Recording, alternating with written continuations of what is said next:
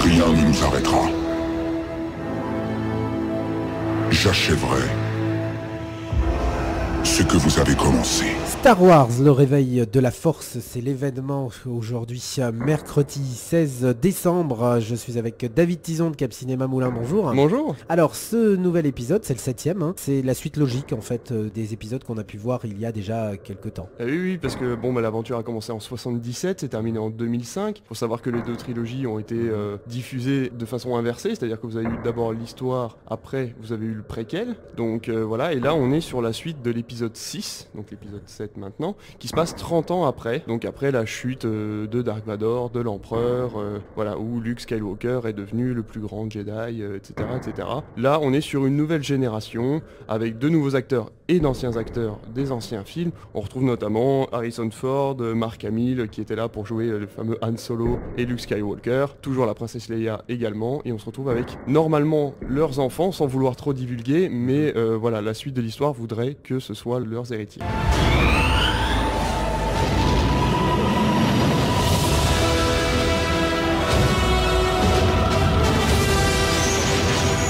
Le côté obscur. Les Jedi.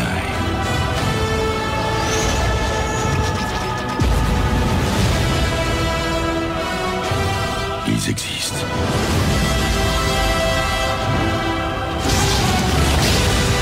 La force, elle t'appelle.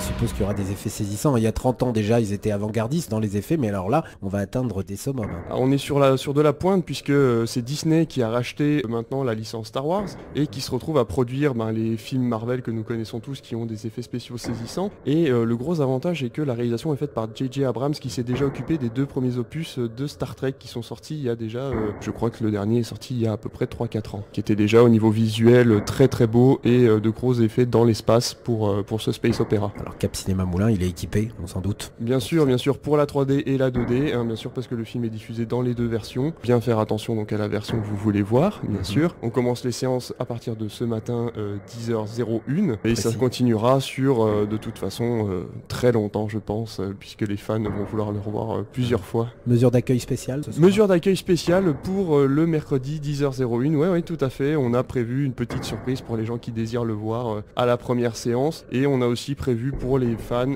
deux séances en version originale sous-titrée à partir du mois de janvier. Merci David Tison, je rappelle que vous êtes à Cap Cinéma Moulin. Star Wars, le réveil de la force, ça sera donc tout à l'heure. Merci. Merci à vous. Laisse-la t'envahir.